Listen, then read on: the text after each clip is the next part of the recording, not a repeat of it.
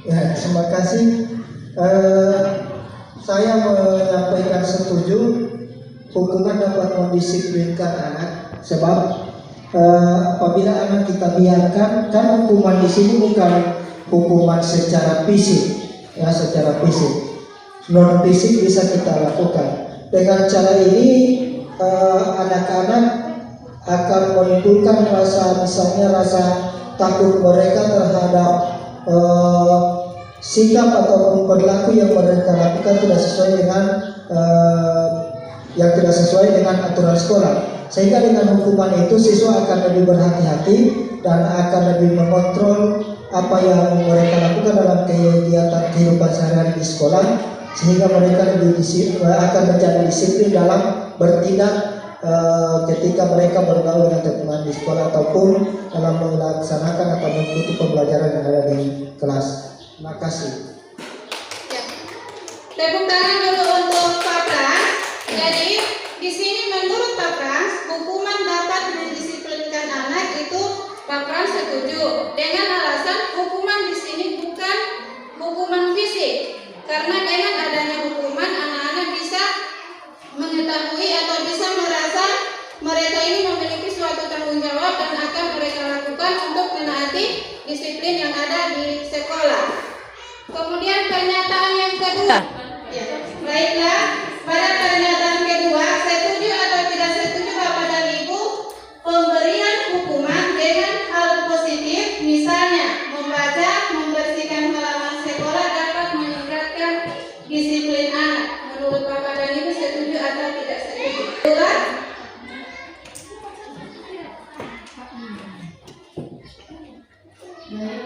Jawaban saya setuju karena hukuman dapat mendisiplinkan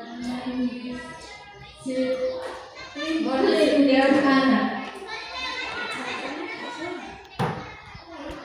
Ya, terima kasih.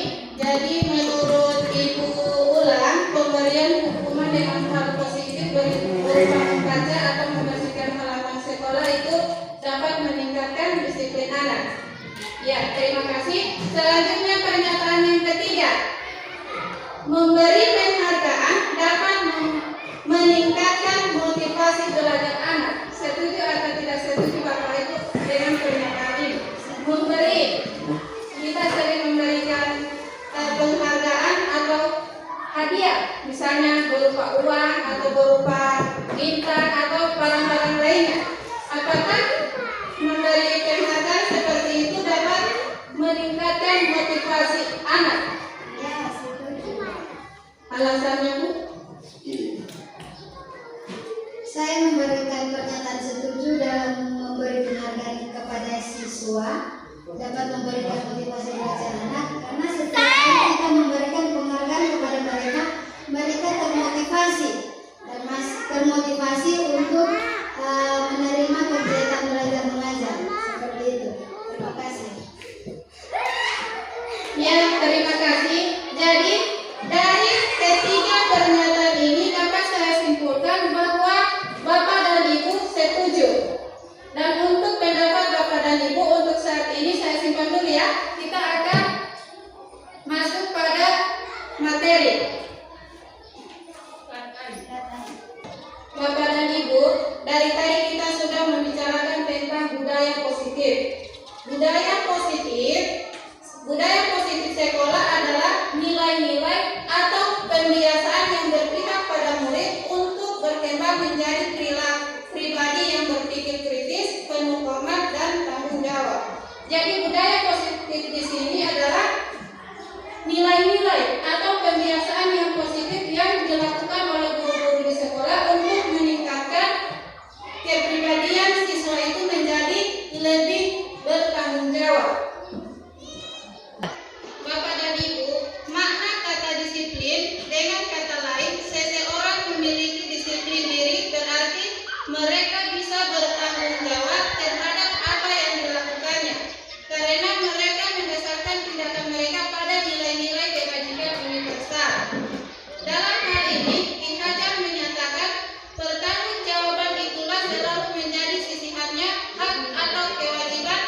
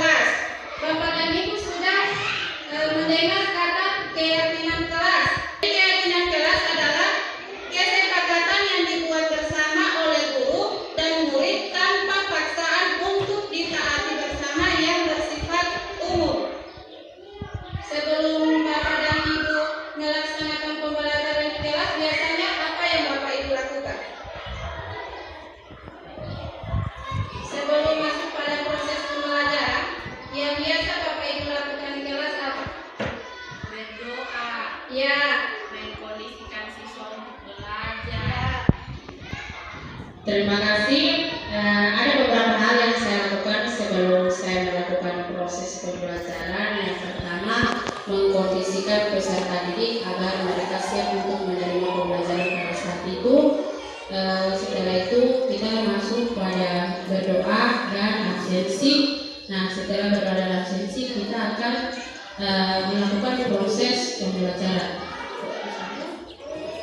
Baik, karena kami sudah pernah mendengar apa pimpinan kelas dan selalu dibudayakan, jadi kami membiasakan peserta didik untuk menyampaikan apa-apa yang bisa dilakukan selama proses pembelajaran dan apa yang tidak bisa dilakukan. Mungkin itu bisa masuk pada kegiatan kelas, Bu. Kalau menurut pemikiran saya, demikian. Terima kasih. Ya, terima kasih, jawabannya sangat bagus. Jadi menurut Ibu Putin, sebelum melakukan proses pembelajaran itu ada beberapa hal yang dilakukan. Yang pertama, mengkondisikan peserta didik agar mereka siap menerima atau mengikuti pembelajaran dengan baik. Kemudian berdoa.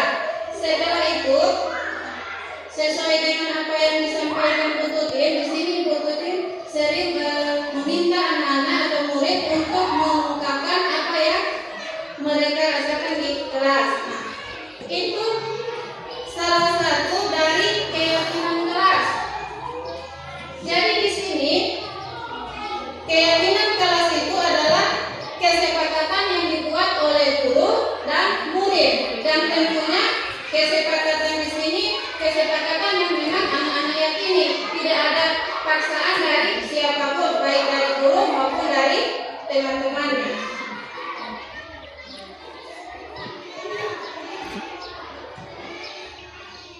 Kemudian kesepakatan kelas tadi adalah keyakinan kelas. Sekarang kesepakatan kelas. Nah, saya mohon dari ibu-ibu yang hadir pada hari ini, siapa yang bisa memberikan pendapat atau perbedaan dari keyakinan kelas dan kesepakatan kelas. Apakah keyakinan kelas dan kesepakatan kelas ini ada hubungannya? Bisa Bapak dan Ibu?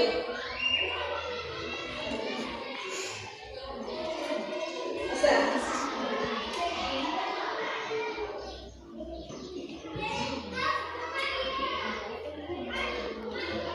Perbedaan antara kesepakatan keyakinan kelas dan kesepakatan kelas, apakah antara keyakinan kelas dan kesepakatan kelas itu ada hubungannya atau ada perbedaan? Menurut saya ada kaitannya kesepakatan kelas dengan keyakinan kelas. Kalau kesepakatan kelas kan itu kesepakatan kita bersama, keyakinan kelas juga sama seperti itu. Terima kasih. Ada lagi dari teman-teman? Tidak ada. Iya, betul apa yang disampaikan oleh Ibu Ulang. Di sini kesepakatan kelas itu terbentuk dengan adanya keyakinan kelas yang sudah disepakati oleh murid maupun guru yang ada di kelas. Seperti itu.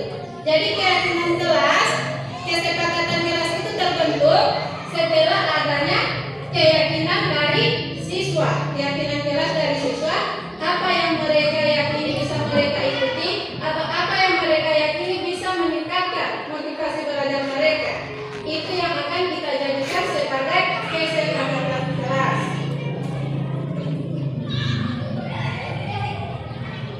Nah, tadi keyakinan kelas dan kesepakatan kelas. Sekarang, mengapa keyakinan kelas bukan peraturan kelas saja? Ada yang bisa memberikan alasan? Kenapa kita harus menggunakan keyakinan kelas atau menggunakan kata keyakinan kelas bukan peraturan kelas saja? Ya, silakan. Karena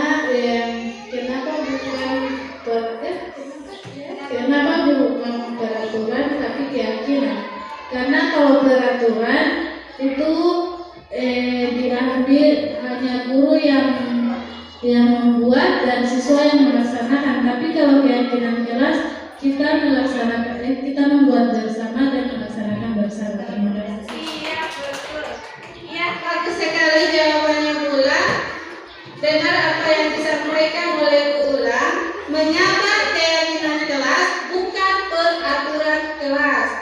Kalau peraturan kelas itu yang membuatnya itu adalah guru, dan peraturan yang sudah dibuat oleh guru itu harus ditaati oleh peserta didik. Kalau bisa dikata itu sama dengan menuntut. Jadi di sini guru menuntut siswa itu agar menaati peraturan yang sudah dibuat. Beda dengan keyakinan kelas. Kalau keyakinan kelas itu berdasarkan kesepakatan antara murid dan guru serta teman-teman lain. Itu berdasarkan kesepakatan kelas yang sudah Bapak Ibu laksanakan di kelas. Jadi di sini kita berpikir bagaimana cara kita memotivasi siswa itu agar mereka selalu menaati apa peraturan yang sudah mereka sepakati bersama. Di sini ada motivasi perilaku manusia. Menurut Diane Gosen dalam bukunya Restructuring School Discipline menyatakan ada 3 motivasi perilaku manusia. 1 bersifat intrinsik dan 2 bersifat ekstrinsik. Ada yang tergolong dalam sifat intrinsik adalah tujuannya untuk menjadi orang yang mereka inginkan dan menghargai diri sendiri dengan nilai-nilai yang mereka percaya. Sedangkan pada ekstrinsik, yang pertama untuk menghindari ketidaknyamanan atau hukuman. Kemudian yang kedua untuk mendapatkan imbalan atau penghargaan dari orang lain. Bapak dan Ibu, motivasi perilaku manusia ini ada hubungannya dengan pernyataan Bapak dan Ibu tadi. Dari pendapat Bapak dan Ibu, kalau di sini motivasi perilaku manusia itu kalau dia dalam hal intrinsik adalah tujuannya untuk menjadi orang yang mereka inginkan dan menghargai diri sendiri dengan nilai-nilai yang mereka percaya. Maksudnya kita ambil di sini kita sebagai guru, maksudnya kita melakukan suatu kegiatan atau tugas kita itu kita lakukan benar-benar dari hati kita, bukan mengharapkan imbalan atau pujian dari kepala sekolah maupun dari teman-teman guru lainnya. Itu yang pertama, itu kalau intrinsik dari diri kita sendiri. Begitu juga misalnya pada siswa. Siswa di sini menaati peraturan itu sesuai dengan apa yang mereka yakini. Mereka yakini bahwa apa yang mereka lakukan itu adalah suatu hal yang positif yang dapat meningkatkan perilaku mereka menjadi perilaku yang lebih baik. Sedangkan pada ekstrinsik dari luar untuk menghindari ketidaknyamanan atau hukuman. Jadi di sini ada murid-murid yang selalu menaati peraturan sekolah bukan dari hati mereka, tetapi karena mereka ingin menghindari hukuman yang diberikan oleh guru. Bukan karena mereka memang saya tidak mau terlambat, karena kalau misalnya saya terlambat, saya akan diberi hukuman oleh guru. Ada murid yang selalu datang terlambat, misalnya tidak memberikan tugas tepat waktu.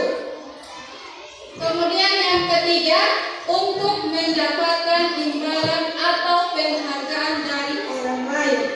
Di sini saya tidak mengatakan bahwa Bapak dan Ibu sering memberikan penghargaan baik dia berupa bintang, baik berupa uang, itu hal yang salah, tidak.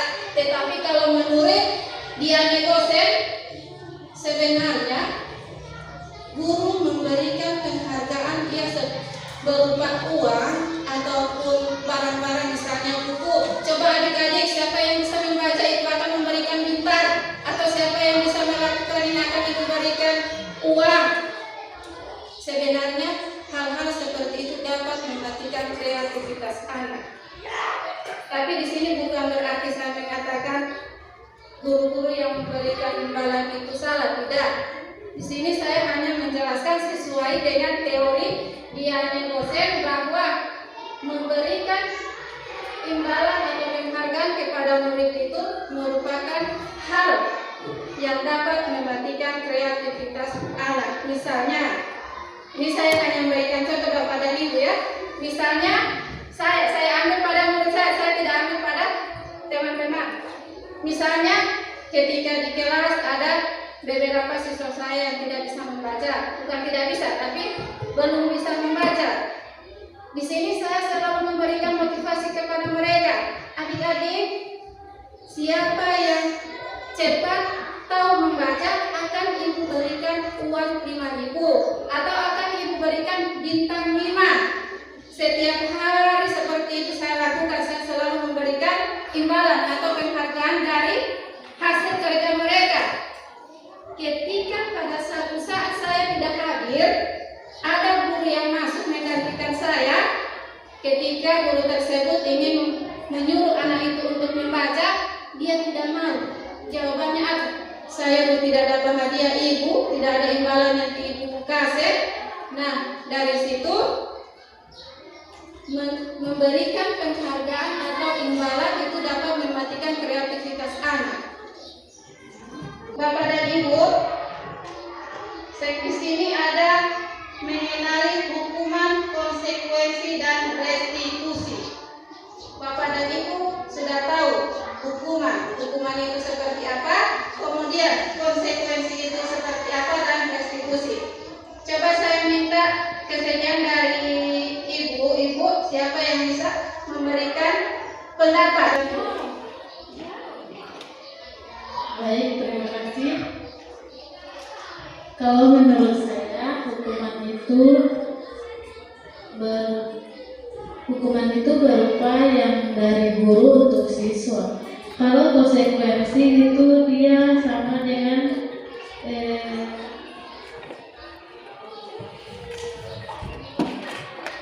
kesepakatan kelas. Dia konsekuensi itu macam sudah ada persetujuan antara siswa dan guru. Lalu kalau restitusi itu saya memang belum tahu. Terima kasih. Ya, terima kasih Bu. Ulang. Iya, kalau hukuman itu biasanya yang tidak terencana. Jadi kalau hukuman di sini, misalnya ini contoh, ketika ada anak-anak di dalam kelas yang tidak mengerjakan PR, itu kita memberikan hukumannya dengan lari lapangan. Itu yang disebut dengan hukuman. Tidak sesuai dengan pelanggaran yang dilakukan oleh siswa. Jadi itu tidak terencana, hanya secara tiba-tiba kita memberikan hukuman kepada siswa. Karena di sini juga kita tidak bisa memvonis bahwa si ini anak ini besok akan terlambat, jadi kita rencanakan saja hukuman apa yang akan kita berikan. Kemudian konsekuensi itu bisa juga disebut dengan hukuman, tetapi dia berbeda. Kalau konsekuensi itu sama dengan yang Ibu Ulan katakan tadi, dari kesepakatan kelas atau keyakinan kelas yang sudah dibuat oleh warga kelas itu dilanggar oleh salah satu siswa, maka ada konsekuensinya. Misalnya seperti ada anak yang tidak mengerjakan PR, kita suruh untuk mengerjakan PR-nya pada saat itu. Itulah konsekuensi dari apa yang telah dilanggar oleh murid tersebut. Jadi itu konsekuensinya. Beda dengan hukuman. Kalau hukuman, ketika ada anak yang tidak mengerjakan PR, kita beri hukuman dengan lari lapangan. Itu yang disebut dengan hukuman. Beda dengan konsekuensi. Kalau konsekuensi itu dia memang betul masih berupa hukuman, tetapi konsekuensi dari peraturan yang dia langgar itu sesuai dengan hukumannya, itu sesuai dengan peraturan yang dilanggar. Maksudnya seperti itu.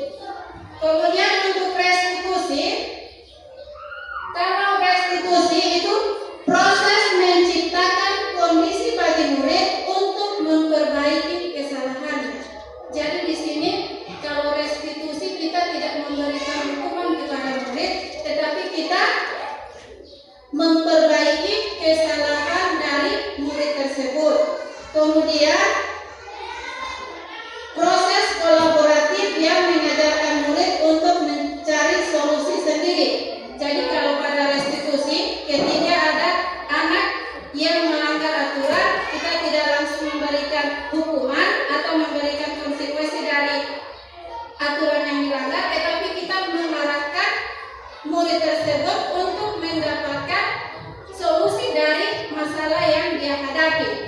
solusi dari pelanggaran yang telah dia lakukan. Bapak dan Ibu, dari perbedaan antara hukuman, konsekuensi, dan restitusi. Di sini ada 5 posisi kontrol guru. Yang pertama, penghukum. Kemudian yang kedua, pembuat merasa bersalah. Yang ketiga, teman. Yang keempat, pemantau. Dan yang terakhir adalah manajer. Ini adalah 5 posisi kontrol guru. Ya, baiklah. Pada penghukum di sini ketika ada murid yang melakukan atau melanggar peraturan yang sudah kita sepakati, maka guru langsung memberikan hukuman. Misalnya datang terlambat. Di sini misalnya Ain, hormat bendera selama 1 jam. Itu merupakan salah satu contoh dari penghukum. Kemudian yang kedua, pembuat merasa bersalah. Pada posisi kontrol pembuat merasa bersalah, di sini kalimat yang sering diucapkan oleh guru itu, berapa kali ibu harus memberitahu kamu selalu saja mengecewakan ibu. Itu adalah kalimat yang biasa diucapkan oleh guru ketika ada murid yang melakukan suatu kesalahan. Jadi di sini guru tidak langsung memberikan hukuman, tetapi guru selalu memberikan atau mengeluarkan kalimat yang menyebabkan siswa itu dia merasa bersalah. Misalnya, saya ambil lagi contoh ketika ada siswa yang tidak mengerjakan pekerjaan rumah. Di sini guru mengucapkan, berapa kali ibu harus memberitahu kamu selalu saja mengecewakan ibu. Tugas yang ibu berikan itu merupakan tanggung jawab dari murid. Jadi di sini murid itu tidak lagi bersuara, tetapi dia sudah meresapi bahwa dia salah. Salahnya itu di mana? Ketika dia tidak melaksanakan atau mengerjakan tugas. Kemudian posisi kontrol yang ketiga itu sebagai teman. Kalimat guru itu jika mengambil posisinya sebagai teman, di sini ada kalimatnya. Ayo dong, ikuti aturan sekolah. Tolong bantu ibu ya sekali ini. Ya sudah, tidak apa. Lain kali jangan sampai berbuat seperti ini lagi ya. Itu adalah kalimat-kalimat yang biasa guru ucapkan ketika ada murid yang melanggar aturan. Kemudian pemantau. Kalau biasanya posisi guru sebagai pemantau, guru di sini tetap memberikan sanksi. Dia melihat situasi sekolah, misalnya situasi dari aturan-aturan yang sudah dibuat oleh sekolah. Dengan demikian guru tersebut tetap memberikan hukuman, tetapi hukumannya itu sesuai dengan peraturan yang sudah dilanggar. Kamu sudah melanggar peraturan sekolah, kamu tahu konsekuensinya. Setelah upacara, kamu beli atributnya di koperasi dan jangan diulangi lagi. Jadi contohnya di sini itu salah satu siswa yang tidak mengenakan atribut sekolah.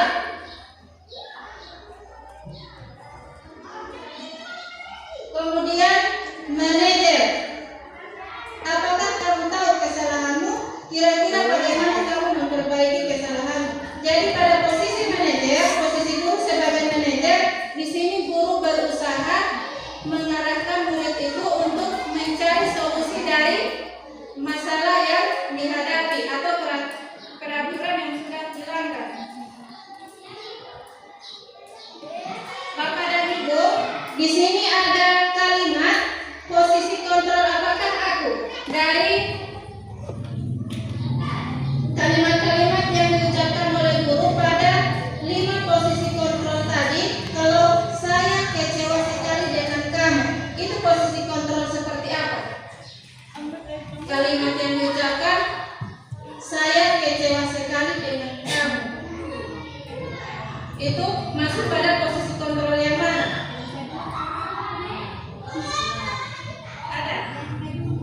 saya kembalikan yang tadi.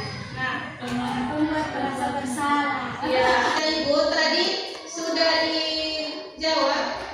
Saya kecewa sekali dengan posisi kontrol. Apakah tadi? Membuat merasa Ya, bersalah. merasa bersalah. Ya. Kemudian selanjutnya, kamu tidak pernah benar melakukannya. Posisi kontrol apakah aku? Kamu tidak pernah benar melakukannya.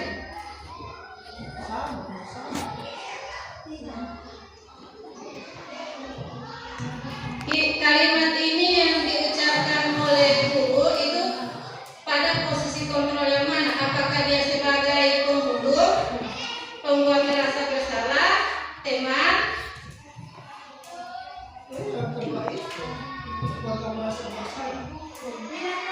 Ya? Oke. Saya kembalikan ke masuk pada posisi yang mana dia? Bapak dan Ibu, kamu tidak pernah benar melakukannya. Itu masuk pada posisi kontrol yang mana? Apakah dia pembunuh, merasa bersalah, teman, pemantau, atau manajer? Dia masuk pada posisi yang mana? Ya? Menurut saya, kamu tidak pernah benar melakukannya, itu termasuk di pembuku, posisi kontrol pembuku. Terima kasih. Kalau menurut Ibu dan Bapak, apakah sama dengan jawaban dari Ibu Ulan? Itu masuk pada posisi kontrol penghukum. Iya. Nah, kalau di sini kamu tidak pernah benar melakukan apa yang tidak benar dilakukannya. Jadi kalau menurut saya itu masuk pada posisi kontrol sebagai pemantau. Karena di sini masih disebut kamu tidak pernah benar melakukannya, berarti seorang guru itu masih melihat peraturan apa yang sudah dilanggar. Jadi dia masuk pada posisi kontrol pemantau. Kemudian yang selanjutnya, apa rencanamu untuk menyelesaikan masalah ini? Itu masuk pada posisi kontrol yang mana? Ya? Iya, betul. Ini masuk pada posisi manajer. Posisi kontrol manajer. Iya, tepuk tangan. Karena di sini apa rencanamu? Jadi di sini seorang guru masih menanyakan rencana apa yang akan dilakukan oleh siswa itu untuk menyelesaikan masalah. Jadi kalau pada posisi manajer, bukan guru yang menyelesaikan masalah mereka atau bukan guru yang menemukan solusi dari pelanggaran mereka lakukan, tetapi siswa itu sendiri. Misalnya, saya berikan contoh ya. Misalnya ada siswa kelas 6, ada yang setiap hari Rabu dia tidak datang ke sekolah. Kebetulan pada hari itu adalah hari libur, hari pasar. Setiap hari pasar anak tersebut tidak pergi ke sekolah. Nah, berhubung gurunya ada di sini, saya mohon pendapat dari Pak Frans. Apa jawaban dari Pak Frans untuk menghadapi siswa yang seperti ini? Terima kasih atas kesempatan berikan. Ini yang pernah saya lakukan untuk menghadapi siswa seperti ini. Itu yang pertama, setiap hari pasar saya kontrol di pasar. Saya selalu jalan ke pasar, melihat anak-anak baik dia berpakaian seragam sekolah maupun tidak. Ketika hari pasar, waktu hari pasar itu saya kontrol di pasar langsung. Jadi ketahuan di situ kenapa, apa alasannya dia tidak datang, tidak hadir di sekolah. Ternyata dia hanya bersama dengan orang tua di pasar. Ini yang pernah terjadi sama teman pemulihan yang sudah SMP saat ini. Pada waktu itu saya lihat, saya kontrol siswa bersangkutan tidak masuk. Ketika saya sampai di pasar, ternyata yang bersangkutan ada di pasar bersama dengan neneknya jualan. Jadi kontrol di lapangan itu yang perlu terutama. Ya, terima kasih. Jadi kalau apa yang sudah dilakukan oleh Pak Frans itu dikontrol. Setiap hari Rabu itu dikontrol. Ya, terima kasih. Nah, Bapak dan Ibu, kalau misalnya kita mengambil posisi kontrol sebagai manajer, di sini kita mengarahkan siswa itu untuk menemukan solusi dari masalahnya. Misalnya contoh seperti tadi. Di sini kita mengundang siswa, kita tanyakan, mengapa kamu setiap hari Rabu tidak datang ke pasar? Itu yang akan kita tanyakan. Tetapi dalam langkah-langkahnya itu di sini ada. Itu sudah masuk pada segitiga restitusi.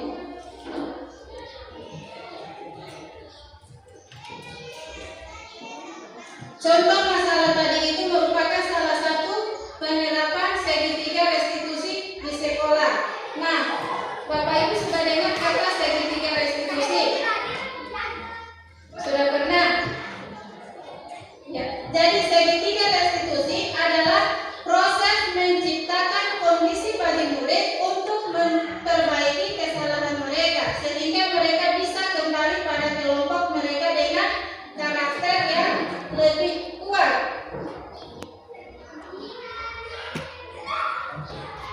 Dalam tahapan segitiga restitusi itu ada 3 tahap. Yang pertama menstabilkan identitas, kemudian validasi tindakan yang salah, yang terakhir menanyakan keyakinan kelas.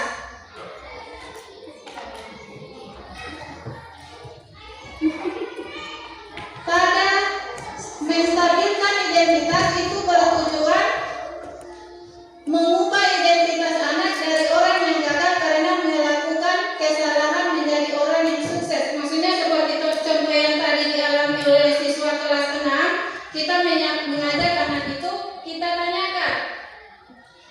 Di sini menstabilkan identitas, kita tanyakan secara baik-baik. Nah, setiap hari Rabu Ibu lihat, nah itu selalu tidak datang ke sekolah. Di situ masuk pada menstabilkan identitas. Setelah misalnya anak itu menjawab, kalau hari Rabu ibu saya ingin mama ke pasar, misalnya kan jawaban anak itu seperti itu, jawaban mereka itu ikut ke pasar atau ingin melihat pasar itu seperti apa, mungkin seperti itu. Nah, di sini guru itu tidak langsung membentak, tetapi ditanya baik-baik. Nah, bisa saja setiap hari Rabu itu kamu pergi ke pasar, silakan, ibu juga sering ke pasar. Tetapi kamu kan tahu di kelas kita ini sudah membuat suatu kesepakatan kelas. Itu sudah masuk pada validasi tindakan yang salah. Jadi di sini anak itu bisa mengatasi masalahnya. Misalnya tentunya misalnya kita ambil namanya Ain ya, tentunya Ain itu pergi ke pasar ada alasan. Kita tanyakan alasan dari anak itu mengapa tidak pergi ke pasar, kemudian dijawab. Bapak dan Ibu, pada validasi tindakan yang salah, di sini kita menanyakan alasan dari anak itu pergi ke pasar. Misalnya kalau setiap hari Rabu anak itu tidak ke pasar, kita tanyakan alasannya apa.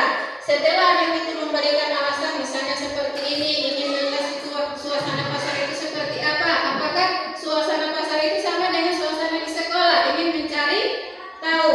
Nah, di sini seorang guru itu mengarahkan anak itu agar anak itu bisa mengetahui apakah dia itu sudah melanggar peraturan sekolah atau belum. Jadi di sini guru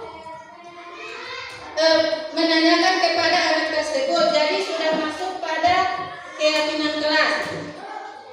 Nah, Ain, misalnya namanya Ain ya. Nah, Ain bisa saja Ain pergi ke pasar untuk melihat suasana pasar. Tetapi di sini kan kita sudah membuat keyakinan kelas. Setelah itu kita tanyakan, apakah masih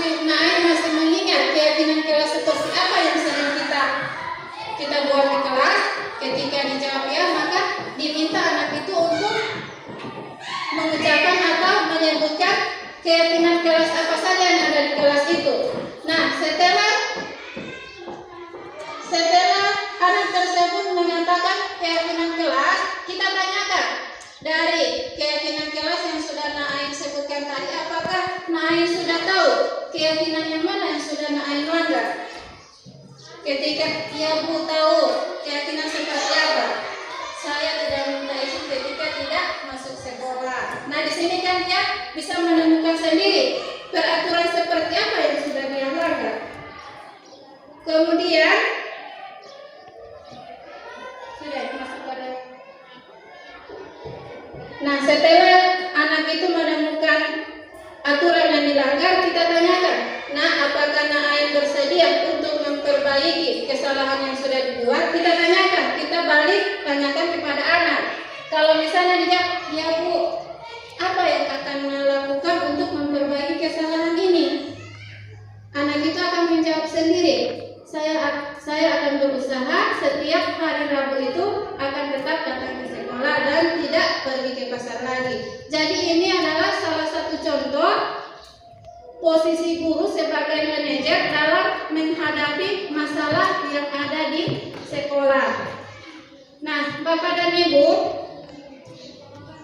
dari materi yang sudah kita dapatkan pada kegiatan ini, apakah Bapak dan Ibu, setelah Bapak dan Ibu melihat atau belajar bersama-sama di kegiatan diseminasi budaya positif di sekolah, saya mohon kesediaan dari salah satu teman-teman untuk merefleksikan materi kita pada hari ini. Mohon kesediaan dari Ibu Setia, silakan Bu. Terima kasih. Baik, saya akan merefleksikan materi yang kita peroleh pada hari ini mengenai diseminasi budaya positif di sekolah. Materi kita pada hari ini ada 3 yang diawali dengan budaya positif itu apa saja yang perlu kita tanamkan di sekolah. Kemudian materi berikut mengenai 5 posisi kontrol guru. Kemudian yang terakhir adalah penerapan segitiga restitusi, bagaimana kita menangani kasus-kasus yang ada di sekolah. Dari ketiga materi tersebut, ini merupakan materi baru untuk kami dalam hal menangani keseharian peserta didik di sekolah. Kemudian hal baru yang saya dapat atau yang saya peroleh pada hari ini adalah ternyata dalam menyelesaikan kasus pada peserta didik, kita perlu mengkaji kembali posisi kontrol kita sebagai guru. Kemudian perasaan saya pada hari ini luar biasa senang karena setiap saat kita selalu berbagi ilmu, kita mendapatkan ilmu dari teman-teman. Jadi hari ini saya sangat senang karena ada ilmu baru yang bisa saya terapkan di dalam kelas. Begitupun teman-teman yang lain. Demikian refleksi dari saya. Terima kasih.